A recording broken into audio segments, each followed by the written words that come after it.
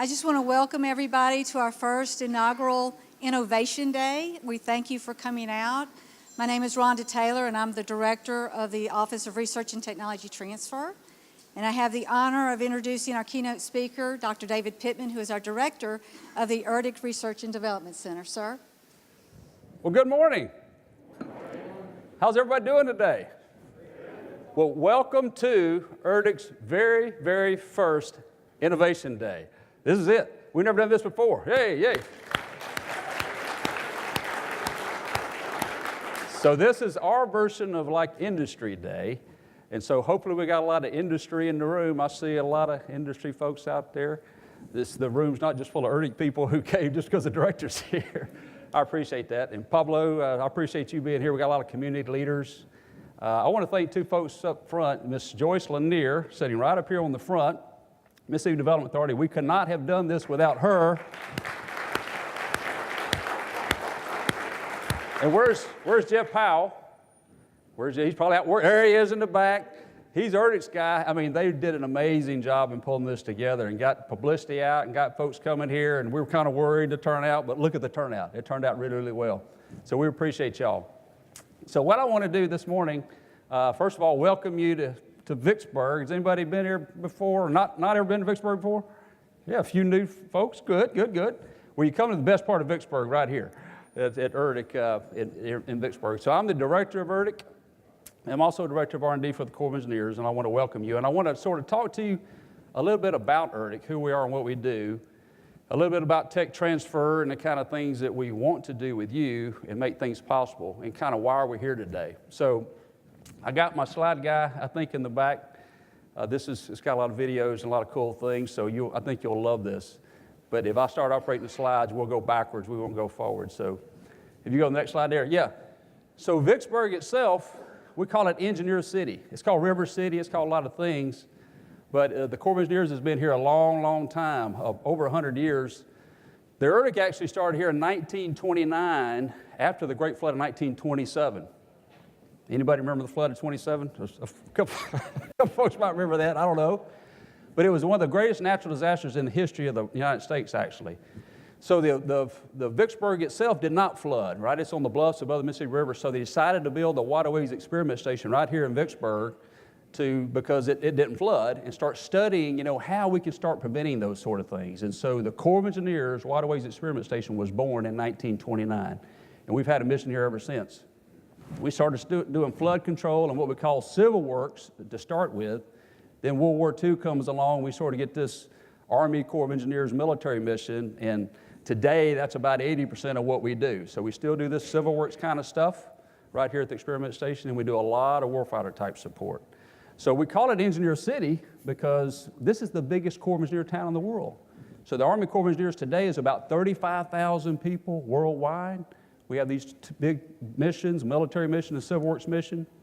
But the concentration of the ERDIC, which is the biggest Corps of Engineer entity that's here in Vicksburg. We also have a division of the Army Corps of Engineers here, Mississippi Valley Division. So the Corps of Engineers divides the world into 9 pieces called divisions. So there's a division headquarters here called Mississippi Valley Division, headquartered here in Vicksburg. So each division has anywhere from 3 to 6 districts. So there's the Mississippi Valley Division has a New Orleans district, a Vicksburg district, Memphis, St. Louis, Rock Island, on up the river. So there's a district headquarters here. Then you have something called ACIT, our Army Corps of Engineers IT headquarters is right here in Vicksburg. Then you have the 412th Engineer Command. That's like the actual warfighting type engineers. Their headquarters is about 200 yards that way. Then we have the 168th Engineer Brigade, just right down the road here. So you talk about engineers, Vicksburg is really Engineer City. And we're very proud of that heritage and very proud to be a citizen of Vicksburg, Mississippi, and Warren County in Mississippi. So very few people tend to know about this little jewel right here in Mississippi. I grew up in Mississippi. And when I graduated Mississippi State in 1983, I never heard of the Army Corps of Engineers, much less the Waterways Experiment Station, but somehow, divine intervention, I guess, I got a phone call and said, hey, we'd like you to come work with us. And since it was the only job offer I got, I took it. That was a real big decision. And I'll tell you, I've been blessed ever since, I really have. It's just been a great ride. So welcome to Engineer City. So we'll go to the next slide. So here's our leadership team. So we have in the ERDIC, so we're headquartered here in Vicksburg, but we actually have now 7 labs in 4 states. So we have a great, beautiful new headquarters building we just moved into, just in the center campus here, $50 million building. We're going to dedicate it here one of these days. We just moved in just a few weeks ago. We're going to have a big Corps of Engineer senior leader meeting in it next week. We're trying to get all the TVs and AV stuff hooked up this week. But so we got our command headquarters here in Vicksburg, and we also have 4 of the 7 laboratories here. So you're sitting in one of the labs, Information Technology Lab, this beautiful world-class facility. This was the newest facility we had. Now we got the headquarters building is the newest. So we have a coastal and hydraulics lab. That's that original laboratory. That's that original Waterways Experiment Station sort of laboratory, still right here. We have an environmental laboratory. And we also have a geotech and structures laboratory. Those 4 of the 7 are here in Vicksburg. Then we have a construction engineering research laboratory that's in Champaign, Illinois. We actually leased the space from the University of Illinois, one of the world-class universities. We have a lab, a co-regions lab in Hanover, New Hampshire. And we have a geospatial research lab in Alexandria, Virginia. It's actually like on Fort Belvoir, the campus of that. So those 7 laboratories with the headquarters here, it's over 2,000 people, about 2,500 people total. And all of the directors across the bottom here, they're senior executives, like that's Army General like level on the civilian side, lead these laboratories, and a lot of them are sitting right here on the front row. Dr. Beth Fleming is my deputy director, and she's doing a fantastic job, world's best deputy director ever. And we got a commander, Colonel Green. He's standing in the back here. Y'all might know Colonel Green. He's like best commander ever. I mean, he's really all over this tech transfer and innovation type stuff, by the way. And he's brought a lot of capability to us. And they're just a great, great team in our headquarters staff that brought this up, including the Office of Research and Technology Transfer. That was Rhonda Taylor, the lady that just introduced me. So great team that we have executing all this. Matt? So, hey, we're people-centric, right? We can't do what we do without people. We're in the people business, really, the knowledge business, and that's obviously in people's heads. So we got about 2,500 people total in the ERDIC. Over half of those are engineers and scientists, and they can't do what they do. They do the research and development, of course, but they can't do what they do without the administrative personnel and the technician staff that works with them. So most of that team, about 1,500, 1,600, is actually in Vicksburg because most of the labs are here and the headquarters is here, right? So a lot of folks doing really, really good things. We have a couple of dynamics going on right now. So our workforce, if you see that like Batman looking thing, maybe you can see that little distribution thing there. It's showing you the age distribution in ERDIC. And I wanted to show you that because if you look at it, you got folks, the second biggest hump is folks like 50 and older. That's the baby boomers, okay? Some of us in the room are the baby boomers. And that's now the second largest group in ERDIC. The largest group in ERDIC now is 35 and younger. That's that other Batman era up there. That's the biggest now section of ERDIC demographically is basically the millennials and younger. And we're hiring like crazy, by the way. Why? Because the folks in that first group are going to retire here in the next 5 or 10 years, and we got to have a workforce to do what we do. And so that brings a lot of creative energy into ERDIC, a lot of great ideas and creativity. And so you'll see a lot of the ERDIC team, very, very young folks, bring a lot of energy and passion, and then a lot of experienced folks, world-class expertise in what they do, sort of transferring that knowledge to them, train them as fast as we can. So that means a couple of things for ERDIC. We invest very heavily in the technical training. So we have these great programs here where you can do a master's degree while we work, by the way. We have actually a graduate institute right here on campus that we can, it's very easy to get your master's degree while you work. Through Mississippi State, we're adding, we got Texas A&M in it, we got LSU was in it, we're getting other universities like Ole Miss, USM in it. So getting a master's degree while we work here is not that hard in Vicksburg. If you're at the Searle in Champaign, Illinois, you can get at University of Illinois. And we got other campuses like that. But getting the PhD is the plum, really, because we'll pay you to go off to school for a year. We send about 10 folks a year to get your PhD. So they sent me off, for instance, to University of Texas at Austin for a year, best year of my career. Just go get training, come back here, do your dissertation. So we invest very heavily in technical training, but the other huge investment we're making is in leadership training, because those folks down there in that other hump, they're going to be the future branch chiefs, division chiefs, directors. So we're going to start seeing branch chiefs in their 20s. Normally that's like 30 or 40 years old. We'll see division chiefs in their 30s. We'll see directors in their 40s. because that whole shift is happening. So we're training like crazy, this new generation coming in. And I don't think that's just ERDC. I don't even think that's just the Corps of Engineers. I think that's a lot of you out there that are facing this same sort of thing. So we got that dynamic going on. It's really a great challenge and great opportunity that's facing us today. Next. So the kind of research that we do, and probably the reason you're here, is trying to understand what kind of technology do we do? What kind of research do we bring to the nation? And we put it in 5 research areas or business areas, we call it, sort of 5 categories. Everything we do falls in these categories more or less. Some things could actually fall in different categories. And I don't want you to think of these as stovepipes. You know, we got this group doing this thing, this group doing this thing. Our labs really intersect across all these research areas. So you might have somebody working in the civil works area at some time where you got, you know, cost is a constraint, quality's got to be very, very high, you know, and you really got to control your quality and your cost. On the military side, the constraints are, I got to have it fast, money's no object, and it's got to last 3 weeks, you know. And so when you got people thinking in those 2 different dynamics and boundary conditions, you'll have somebody developing that technology sometime on the military side, for instance, that translates really nicely over to the civil works side. So innovation happens when those 2 spaces converge. So the business areas it's about 80% military, 4 of them are military related. So you have military engineering, that's kind of common sense, where the Army Corps of Engineers, the military is engineers. You have geospatial research and engineering, so that's kind of like map making on steroids, okay? You have environmental quality and installations, so that's our role as the installation support. The Army Corps of Engineers actually runs the military construction budget for the Army and the Air Force. So that's billions of dollars a year. And so it's research to help support that mission, for instance. You have ERS, Engineer Resilient Systems. That's our newest and probably one of our most exciting new areas. Actually, this building, like through this wall right here, we have some of the world's fastest supercomputers. So we run the entire Department of Defense supercomputing program for the Department of Defense. That's the Air Force, Navy, and Army. We have one of the Army supercomputers out of the 2 supercomputing centers right through this wall right here in the ERDC, and then we run the whole program. And we leverage that millions and millions of dollars to help the Department of Defense. That's the Army with tanks and helicopters. That's the Navy with ships. That's the Air Force with aircraft. We help model that and simulate that in these supercomputers. Like, we don't design the airplanes, we work with Air Force on that and their contractors. But what we do really well in the ERDC is the environment around it. So we understand the wind and the waves and the air and the ground and how they interact with the sensors. And so it's a great partnership then between the folks that build the systems and the folks that run the machines and understand the environment. That's kind of our role. So that's Engineering Resilient Systems. And then the 5th business area is the Civil Works business area. So we go back up to the Corps of Engineers level. So the Corps of Engineers does about $30 billion a year for the nation.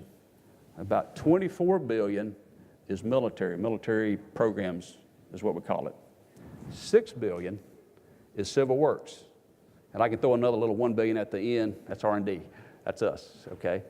So you can see the proportion there, and it's about the same in our program. So that civil works mission, it doesn't even come through the DOD's budget. It comes through Energy and Water Committees and then is assigned to the Corps of Engineers to execute. So that's all about our nation's waterways. The Corps of Engineers was building the nation's first highways or rivers from the beginning of this country. You know, clearing them out, dredging them, building eventually levees for flood control and protection, building locks and dams, and that sort of mission, and then all the impacts on the environment associated with that. So we have that whole mission, and we have that R&D mission supporting the Corps of Engineers Civil Works mission. So that's kind of the broad brush, and let me go a little detail on each one now. So military engineering, it's probably our biggest business area on the military side, especially, our biggest overall. So we blow things up. Look at this picture. It's so cool. Man, we blow things up all over the place. This actually started after World War II when we understood that the nuclear age was, so we started with nuclear weapons. So we started with the biggest weapons or worked our way down. And now it's all the way down to IEDs and truck bombs and that kind of thing. But we started this back in the 50s. So what we have expertise in is understanding what we call blast and weapons effects. Okay, when something blows up, if it hurts a tank or one of our platforms, that's ARL, Army Research Laboratory.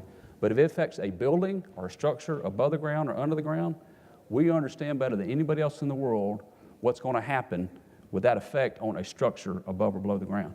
So if you have that knowledge, you can do two things with that. You can help design a better weapon, like we do with the Air Force and the Army. If you want to take out Saddam Hussein's bunker, guess who they call? Ghostbusters, right? They work with us, and we work with the Air Force on designing that weapon that can penetrate that bunker. On the flip side of that, we can also help defeat a weapon that the enemy's shooting at us. So we got a lot of expertise in designing bunkers and other hardened systems, for instance, all the way down from like strategic weapons down to IEDs. So we know we have saved lives with this technology, by the way. And by the way, that's what turns us on in what we do every day. We know what we do saves lives and makes a difference in the world, makes it safer and better every day. So a lot of this technology was built into the walls of the Pentagon. We've been doing the research on terrorist blast effects on buildings for about 20 years when 9/11 hit. And that technology was going into the walls of the Pentagon. And it had been put in the walls. They were doing it one wedge at a time. You know, with Pentagon's 5 things, right? 5 wedges. And so they hadn't got to the last wedge yet. And when the aircraft hit, it was kind of a freakish thing. I don't think the terrorists knew this, but when they hit that side of that wall, so the fuselage penetrated a few of the rings, but the wings were full of fuel. This is what the terrorists did know. They were full of fuel because it was a national flight. It was supposed to go across country. They were full of fuel. They knew those wings would blow up like truck bombs, okay? So when those wings actually hit the walls of the Pentagon, one side of that had been retrofitted with our technology. The other side had not yet been retrofitted with our technology. The folks where the technology was in the walls, nobody died on that side. The side where it had not yet been put in, a lot of people died. And of course, where the fuselage itself hit. So we know that day our technology saved a whole lot of lives. In the theater of operations, we've seen a whole lot of similar type examples. So that's very fulfilling. We also do what we call force projection. So that's airfields and pavements. So we got to project our force. The way we do that's through airplanes. That means for us, that means like airfields. So if we go into an enemy territory, the enemy's not going to give us their good airfields. If they do, they're going to blow them up before we get there. So we've got to fix them, we've got to evaluate them, we've got to build our own. And most of our material is going to come through by sea, by ship. So that means we've got to have ports, we've got to do logistics over the shore. So all that maneuvering, getting to the theater, and then maneuvering across the theater through lines of communication, bridges, roads, off-road, that sort of thing. And then something we call maneuver support, which is like detecting IEDs. We had a lot of work in Afghanistan finding IEDs, which was the #1 killer of our troops over there, was improvised explosive devices.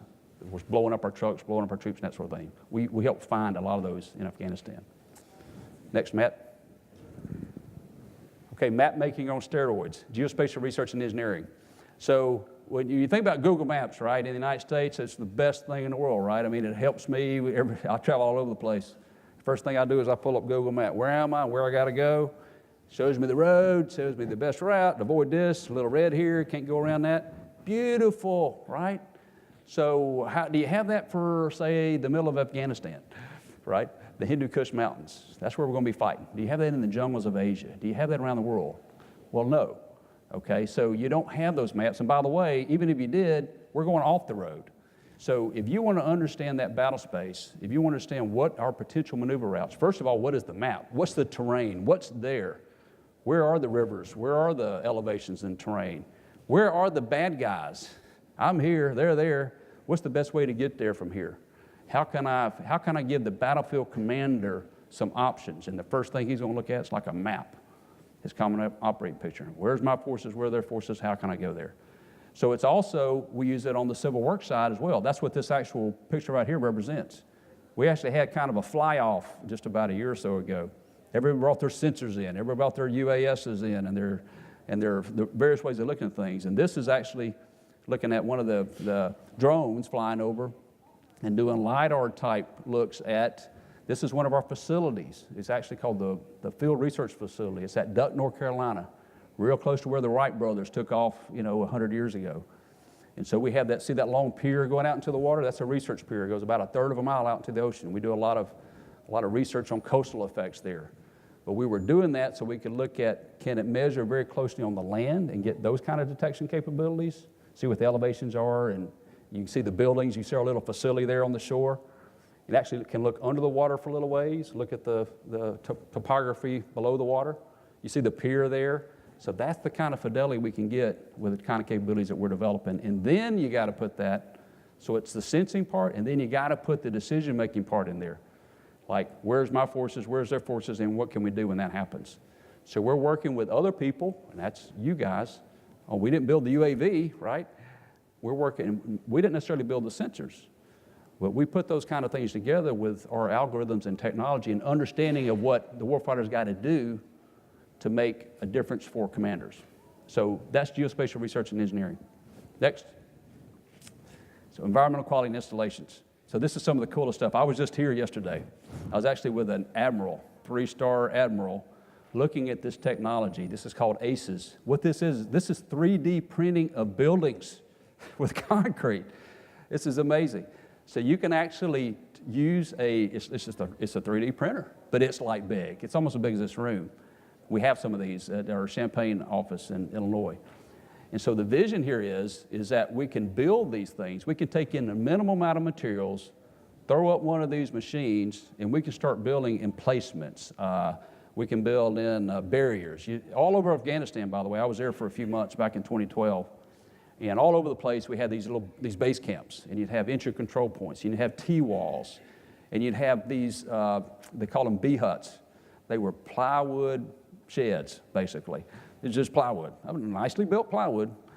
But in Afghanistan, it gets a little hot in the summer. It gets a little cold in the winter. And guess how those plywood shacks do when it gets that cold and hot? Not very good. So if you got something like this, you can take in just the material you need, maybe some binder, cement kind of stuff. The idea here is no aggregate, none of the other materials it takes. You get all that indigenous, and even the cement if you can get a source, and just start cranking these things out. Buildings, emplacements, and that sort of thing. That's the idea that we're doing in environmental quality installations. We're also on our fixed facilities, like the DoD is one of the biggest landowners in the world. All of our installations, whether it's Army, Navy, or Air Force, we got to manage those. They're kind of like cities. Okay, you got thousands of people on them. They need utilities. They need buildings. You got soldiers coming in and out. They're training all the time. You got threatened and endangered species on there. You got to manage that just like anybody else does. You got unexploded ordnance on there. You got to find it. You got to mitigate it. It gets in the water. What do we do with that kind of stuff? You got energy and water demand. You got wastewater. You got to reduce all that. So whether it's a fixed facility here in the United States, like a Fort Hood, Texas, or it's a FOB out in the middle of Afghanistan, we got to manage both of those with different constraints on them. That's what this area is all about. Next slide. This is the example of environmental quality installation, that smart and resilient installation, SERI we call it. This is actually a vision that our Assistant Secretary of the Army for Installation, Energy, and the Environment has. He's got this vision about how we're going to have installations of the future. They've got to be a lot smarter. You got smart cities, you need smart installations. So how do you manage your energy, your water, your traffic, your security, your cybersecurity? Everything to do with that installation, we can do much, much smarter than we can today. Because guess what? Our soldiers that we're recruiting, and our sailors and our airmen, they're 18, 19, 20 years old. They don't want to go into a World War II bunker kind of thing, or a shack, and start operating. I mean, so for recruitment and retention, you got to think about the kind of things. It's not just smarter to do, but it's also good for retention and training of our force. That's the way we're thinking about the future. And using technologies like we have in this program, we're going to get there from here. Next. On the civil works side, this is our oldest mission that we have. It's one of the coolest missions we have. So everybody knows the condition of our infrastructure. If you don't, just drive around the streets here a little bit. Jackson, Mississippi, I mean, it's all over the nation. Our infrastructure is deteriorating, okay? And the Corps of Engineers actually is responsible for a large part of that infrastructure. So whether it's dams, it's levees, and then the impact on the environment. Okay, when we build a project along the Mississippi River or along some of our ports, usually those have environmental implications associated with. Sometimes there's threatened and endangered species we got to deal with, either alive, like cute little otters and owls, or it might be a plant that we have to worry about. Different species we have to worry about, getting rid of them or protecting them. So all those impacts on the infrastructure itself, so think about the technical implications there. We got to know, we got to understand that environment.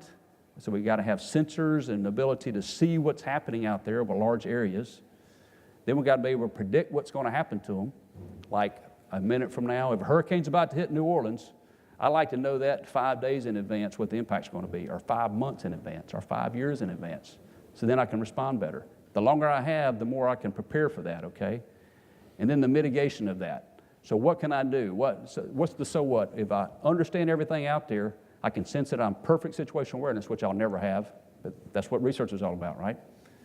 If I can predict what's going to happen with our modeling, simulation, and other tools that we have, then the shaping of it, the mitigation of it. Do I build a stronger eye wall? Do I just get the heck out of Dodge? You know, what can I do when something bad's going to happen? That's our research program in this area, basically. It's a lot of fun. Next. And then this might be the coolest one, engineering resilient systems. So this is where we turn on our supercomputers and we let them go with a lot of ingenious people here that understand how to run those machines, and then the models that gets the physics right, that understands. Again, we don't design the airplanes that you're going to see on here. We don't design the ships, we don't design the tanks, but we work with those who do.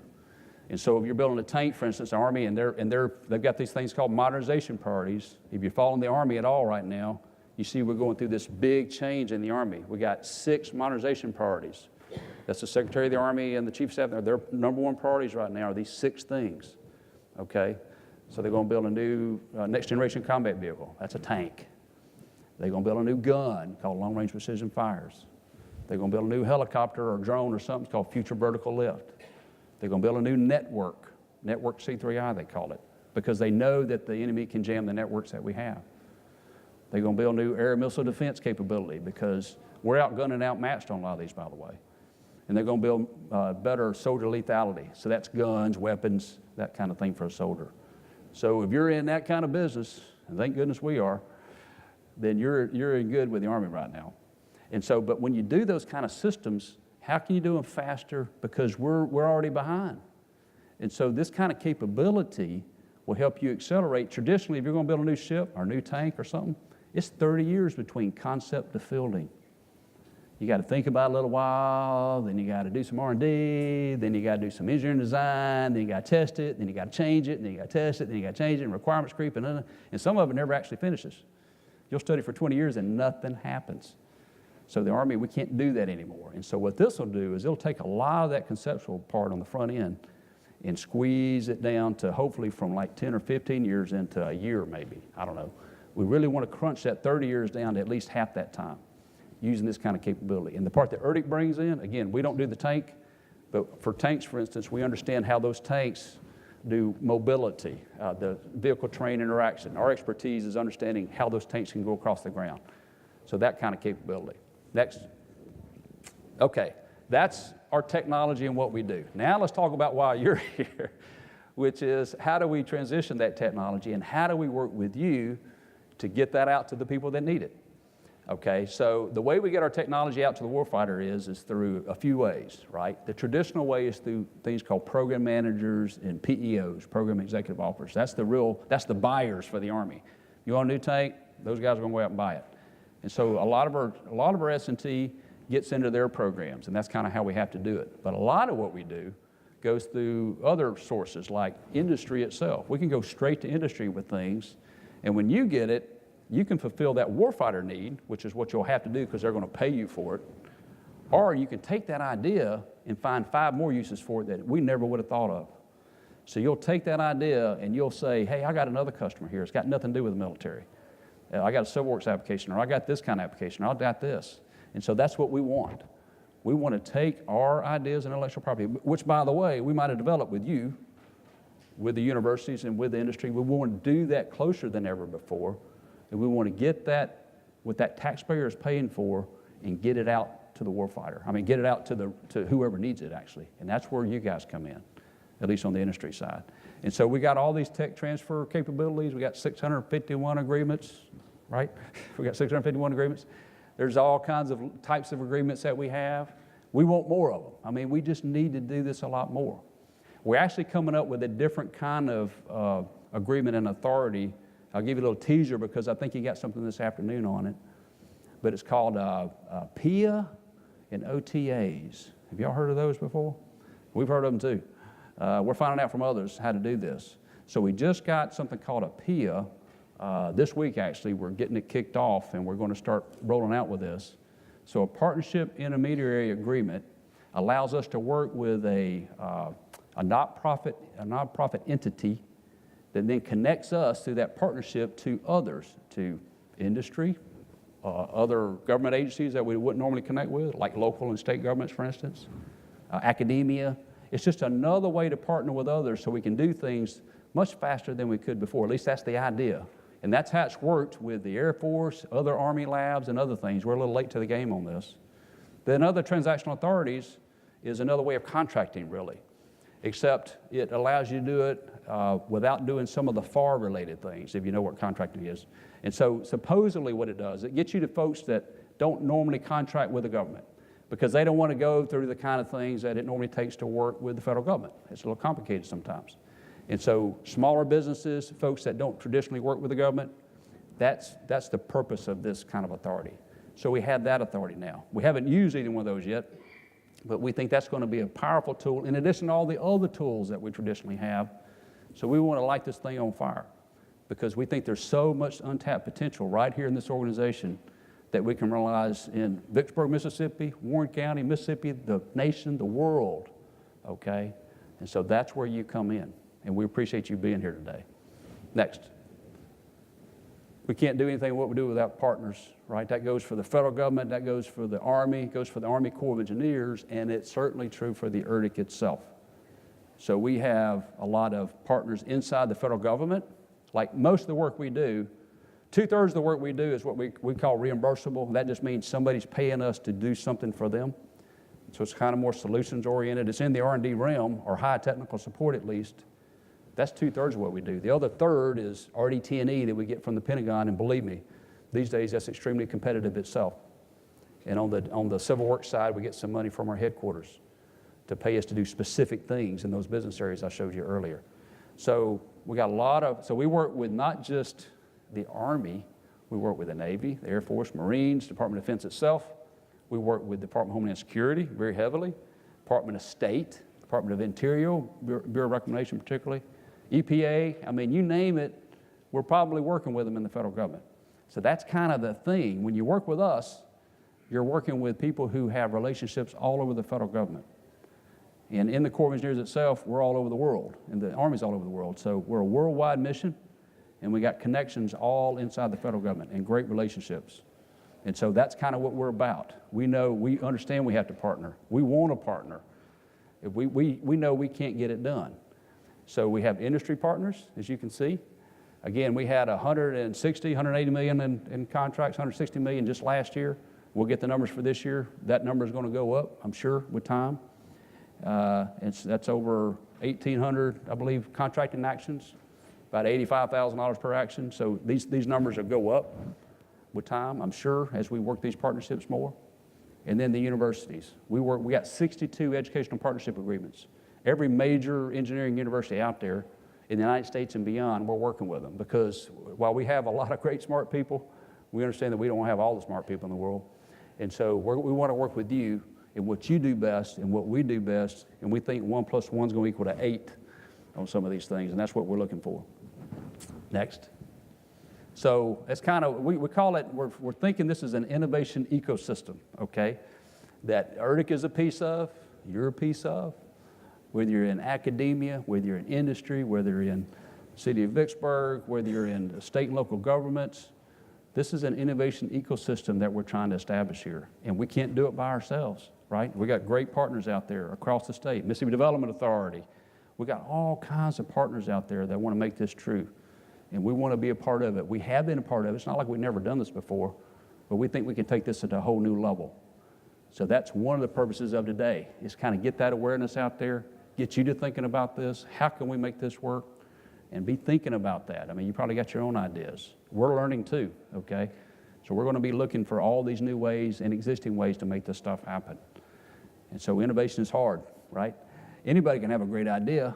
That's one function of R&D, just have the great idea. But to really have innovation, you got to take that great idea and put it into practice. Somebody's got to use it. Otherwise, it's just a good idea. And so putting it into practice really is where you guys help a lot as well. So I want to end up with this. So in the ERDC, we get to say that we discover, we develop, and we deliver new ways to make the world safer and better every day. I mean, that just turns us on. That's really why we do what we do.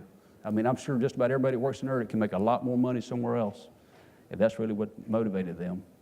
They choose to work here because they want to do this. They know they're making a difference. So you're going to see those folks here at Erdic. They have a lot of passion for what they do. They know that what they do makes a big difference. And that turns us on. And we cannot do what we do without you. So we thank you for being here. We look forward to working with you and seeing what your ideas are. And we look forward to working with you as we go forward together. So thank you all very much. I appreciate it. We're going to move on from here.